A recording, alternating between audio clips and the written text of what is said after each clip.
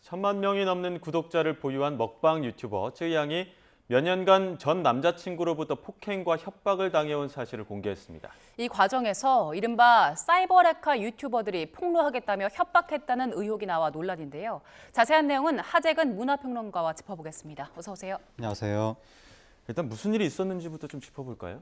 쯔양 씨가 예. 최근에 이제 개인 자신의 채널을 통해서 과거에 있었던 일을 이야기한 건데, 쯔양 씨가 얼마 전에 한국 갤럽 조사에서 한국인이 가장 좋아하는 유튜버 1위에 올랐었거든요. 예. 그 정도로 대스타인데 예. 이런 스타가 얼마 전에 과거에 4년 정도에 걸쳐서 전 남자친구한테 폭행을 당했다고 해서 수많은 사람들이 지금 충격을 받고 있는 그러니까요. 거예요. 예. 그러니까 쯔영 씨 주장에 따르면 대학교를 다니다 휴학을 한 다음에 남자친구랑 이제 만나게 됐는데, 남자친구한테 폭력적인 성향이 보여서 이제 헤어지자라고 했더니 그때부터 전 남자친구가 쯔양 씨 몰래 찍은 영상이 있다고 하면서 영상을 폭로하겠다라고 협박을 하면서 이제 쯔양 씨를 이제 막 좌지우지하기 시작했다는 거죠. 예. 그러면서 거의 날마다 쯔양 씨를 폭행했고, 그래서 쯔양 씨한테 무슨 유흥업소에 나가서 일하라고 시키고, 예. 쯔양 씨가 도저히 못하겠다고 하니까 그럼 뭘로 돈을 벌겠느냐라고 해서 쯔양 씨가 그럼 개인 방송을 하겠다라고 해서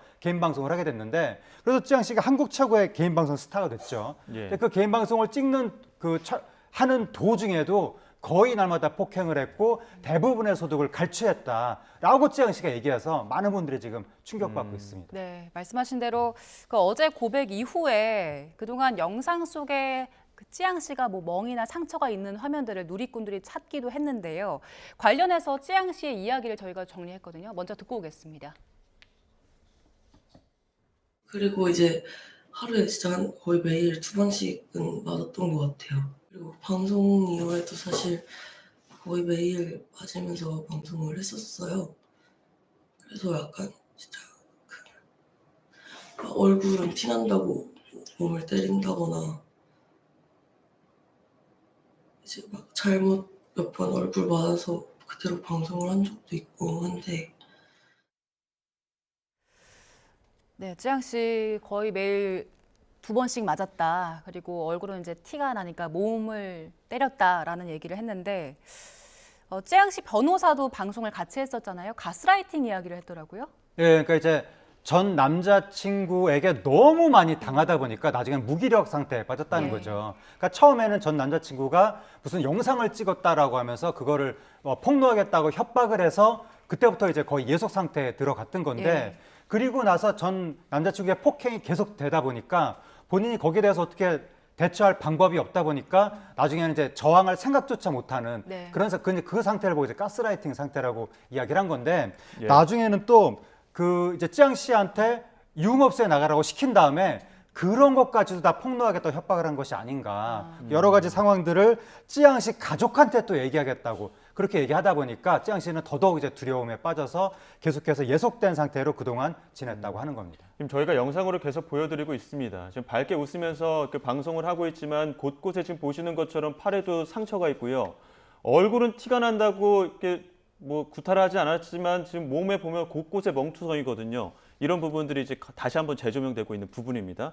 또 한편으로는 또 전 남자친구이자 소속자 대표기도 했었던 그 폭행의 주범, 전 남자친구가 쯔양의 어떤 수익 수십억을 또 갈취한 의혹도 있다고 하는데, 이 부분은 한번 영상으로 한번 듣고 다시 이야기 나눠가도록 하겠습니다.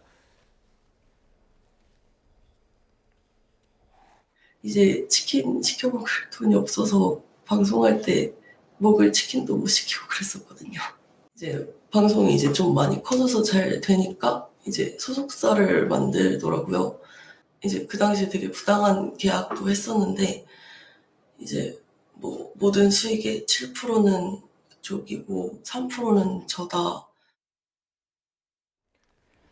워낙 대스타잖아요. 근데 유튜브로 수익도 상당했을 텐데 본인이 방송을 위해서 치킨을 시켜 먹을 수 없을 정도로 많은 갈취를 당했다, 이런 지금 쯔양 씨의 이야기를 들어봤습니다.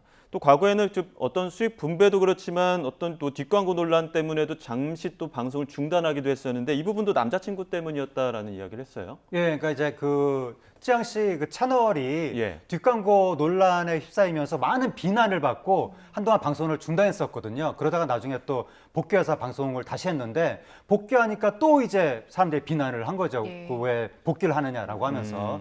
그래서 찌양 씨가 얘기한 건 뭐냐면 이 채널과 관련해서 전 남자친구가 모든 걸 다 좌지우지했기 때문에 광고 수익 자체가 나는 받아본 적이 없고 예. 다 전 남자친구한테 돌아갔다. 그리고 그 무슨 뒷광고가 어떻게 되고 이런 과정 자체를 나는 몰랐다. 전 남자친구가 다 알아서 관리했으니까. 네. 그리고 나중에 복귀한 것도 내 의지가 아니라 전 남자친구가 시켜서 이제는 뭐 여론이 잠잠해졌으니까 복귀해라. 이런 식으로 전 남자친구가 시켜서 복귀를 했던 것이다. 라고 찌양 씨가 얘기했습니다. 예. 네. 그 수익 배분 구조가 뭐 7대 3으로 일단 그거 자체가 좀 이해가 안 되는데 그 정산금마저도 제대로 못 받았더라고요. 예, 그러니까 이게 찌양 씨가 처음에 그 전 남자친구에 의해서 융업소에 나갔을 때 네. 그 소득도 다 뺏겼다고 이야기했고 그다음에 개인 방송을 시작했을 때 초기의 소득도 다 뺏겼고 네. 근데 개인 방송이 나중에 너무 커지고 거의 기업처럼 막 됐거든요.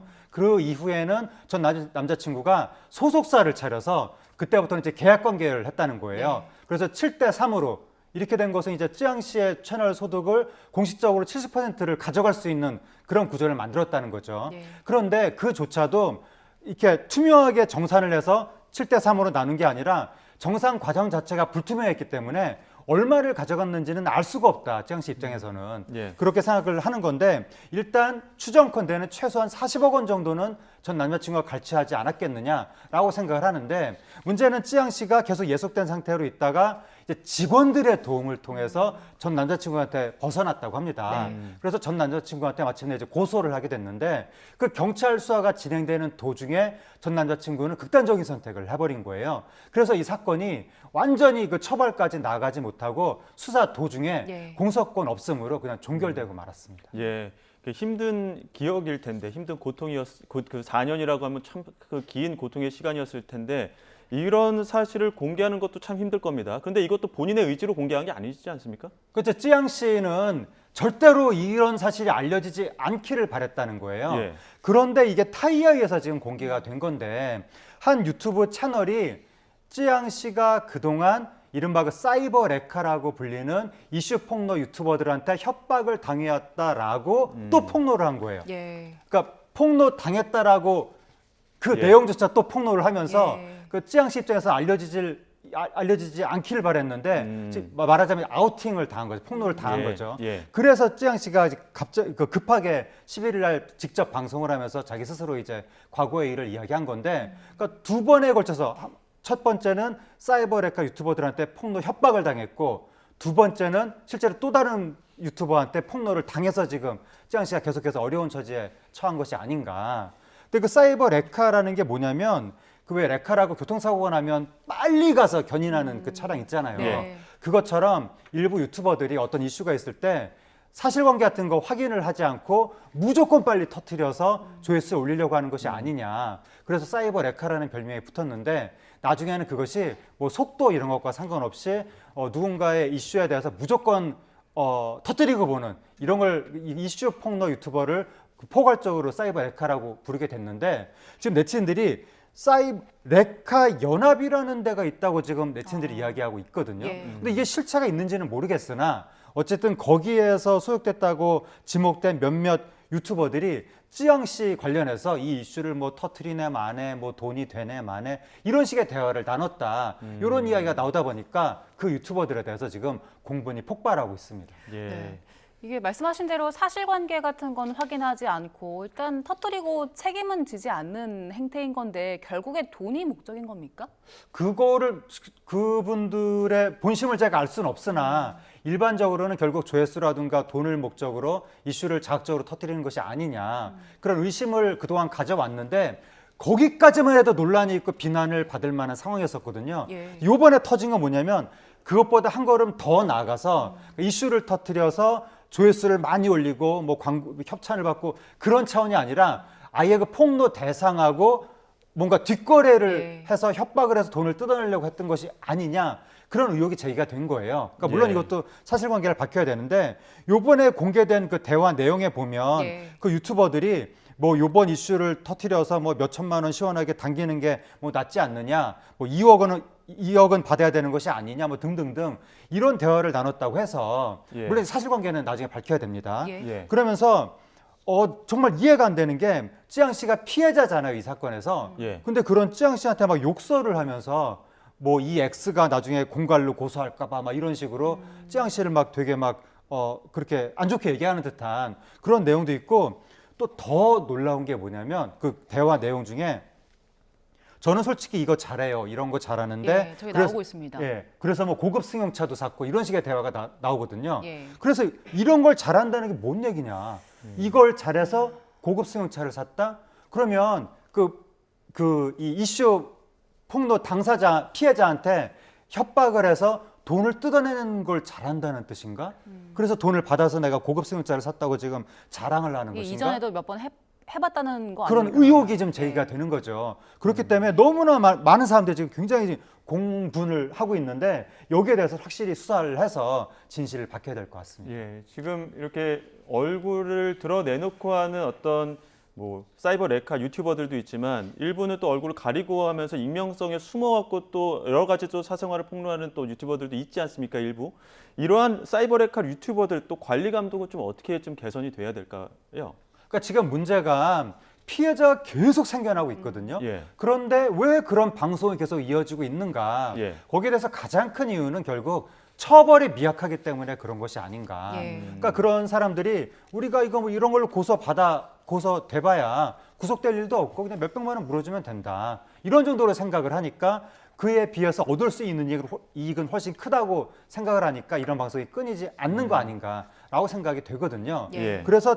이런 사건에 대해서 처벌 강도를 매우 높일 필요가 있다, 우리 사회가. 이거는 정부나 국회 차원에서 좀 논의를 해야 될 것 같고 또 하나가 이런 방송이 이루어지는 플랫폼이 외국 플랫폼이다 보니까 예. 우리나라가 이제 수사를 하기가 너무 어려운 것이 아닌가. 그 외국 플랫폼이 우리한테 수사 자료도 제대로 주지 않는다는 이야기도 있고. 예. 그래서 거기에 대해서 우리 국가 차원에서 좀 강력하게 요구를 해서 이런 사건들에 대해서는 그쪽에서 수사를 협조하게끔 그렇게 해야 될 것 같고 우리 국가의 힘이 너무 미약하다면 다른 나라들하고 공조를 해서 국제적으로 좀 연대를 할 필요도 있는 것 같습니다. 예.